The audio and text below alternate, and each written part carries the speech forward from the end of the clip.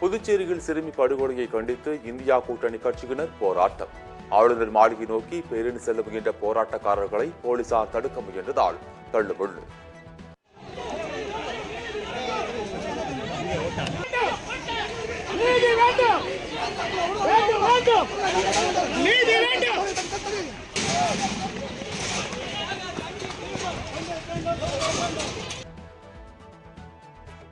சிறுமி கொலைக்கு நீதி கேட்டு புதுச்சேரியில் முழு அடைப்பு. பேருந்துகள் ஓடவில்லை, கடைகள் அடைப்பு.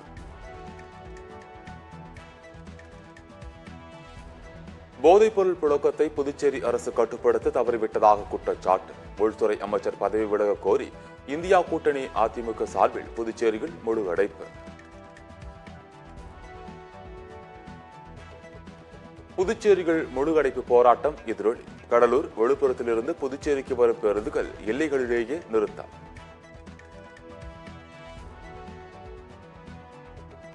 தமிழ்நாட்டில் போதைப் பொருள் புழக்கம் அதிகரித்துள்ளது. எதிர்க்கட்சித் தலைவர் எடப்பாடி பழனிசாமி குற்றச்சாட்டு.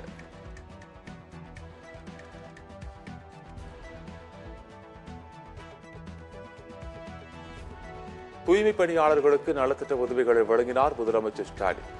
அம்பேத்கர் தொழில் முன்னோடிகள் திட்டத்தின் கீழ் கடன் உதவி.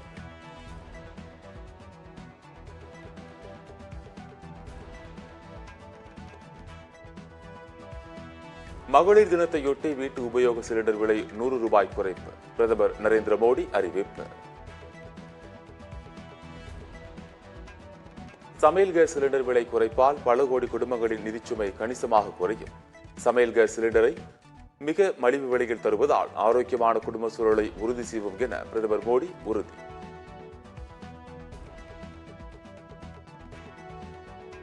டெல்லியில் வரும் 11ஆம் தேதி காங்கிரஸ் காரிய கமிட்டி கூட்டம்.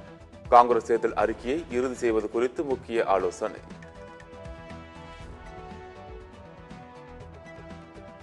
காங்கிரஸ் கட்சியின் முதல் வேட்பாளர் பட்டியல் இன்று வெளியிடப்படும் என தகவல். முதல் வேட்பாளர் பட்டியலில் ராகுல் காந்தி போட்டியிடும் தொகுதி குறித்த அறிவிப்பு வெளியாக வாய்ப்பு.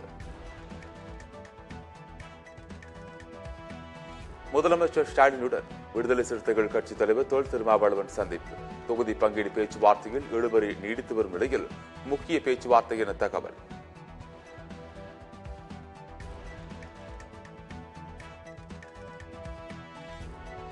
கொடநாடு கொலை கொள்ளை வழக்கு ஏப்ரல் 22ஆம் தேதிக்கு ஒத்திவைத்தது உதகை நீதிமன்றம்.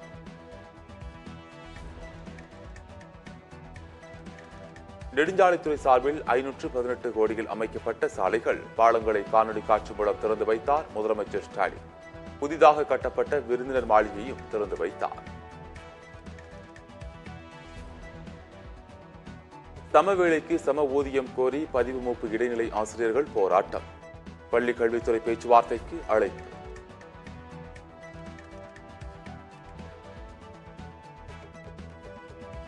முதல்வரின் கனவு இல்லம் திட்டத்தின் கீழ் மதுரை எம்பி சு வெங்கடேசனுக்கு வீடு ஒதுக்கீடு. தலைமைச் செயலகத்தில் வீடு ஒதுக்கீடு ஆணையை வழங்கினார் முதலமைச்சர் ஸ்டாலின்.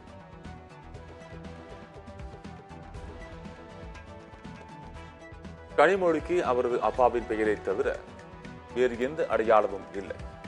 பாஜக மாநில தலைவர் அண்ணாமலை விமர்சனம்.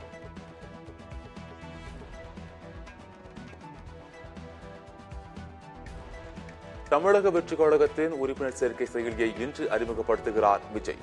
உறுப்பினர் சேர்க்கை அணிக்கு நேற்று நிர்வாகிகள் நியமிக்கப்பட்ட நிலையில் அடுத்தடுத்து அதிருப்தி. சென்னையில் ஆபரண தங்கம் விலை சவரனுக்கு 120 ரூபாய் உயர்வு. 1 கிராம் 6105 ரூபாய்க்கும், 1 சவரன் ஆபரண தங்கம் 48,840 ரூபாய்க்கும் விற்பனை. சென்னையில் ஆபரண தங்கத்தின் விலை சவரனுக்கு கடந்த 4 நாட்களில் 1400 ரூபாய் உயர்வு. தங்கம் விலை மேலும் அதிகரிக்க வாய்ப்பிருப்பதாக கூறப்படுவதால் நடுத்தர மக்கள் கலக்கம்.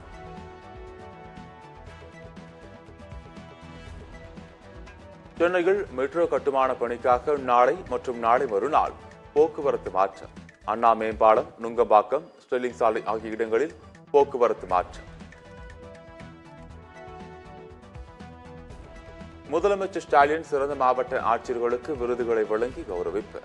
ராமநாதபுரம், காஞ்சிபுரம், ஈரோடு மாவட்ட ஆட்சியர்களுக்கு வழங்கினார்.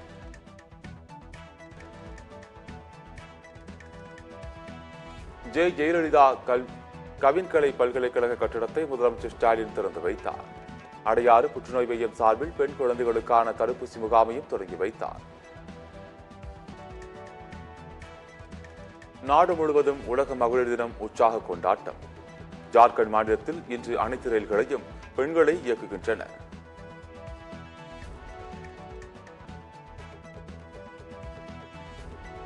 பெங்களூருவில் ஓட்டுநர் இல்லாத மெட்ரோ ரயிலின் முதல் சோதனை ஓட்டம்.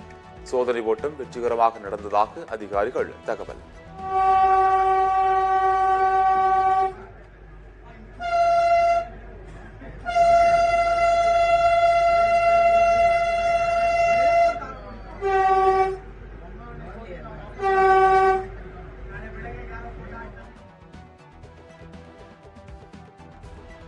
தெலங்கானாவில் வெப்பம் அதிகரிப்பு. மார்ச் 15ஆம் தேதி முதல் ஏப்ரல் 23ஆம் தேதி வரை அரை நாள் மட்டும் பள்ளிகள் செயல்படும் என அறிவிப்பு.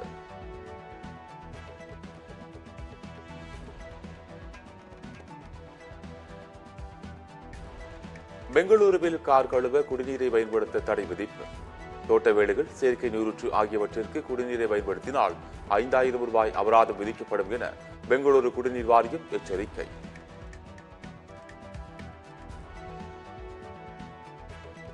இங்கிலாந்துக்கு எதிரான முதல் இன்னிங்ஸில் ரோஹித் சர்மா, சுப்மன் கில் அடுத்தடுத்து சதமடித்து அசத்தல்.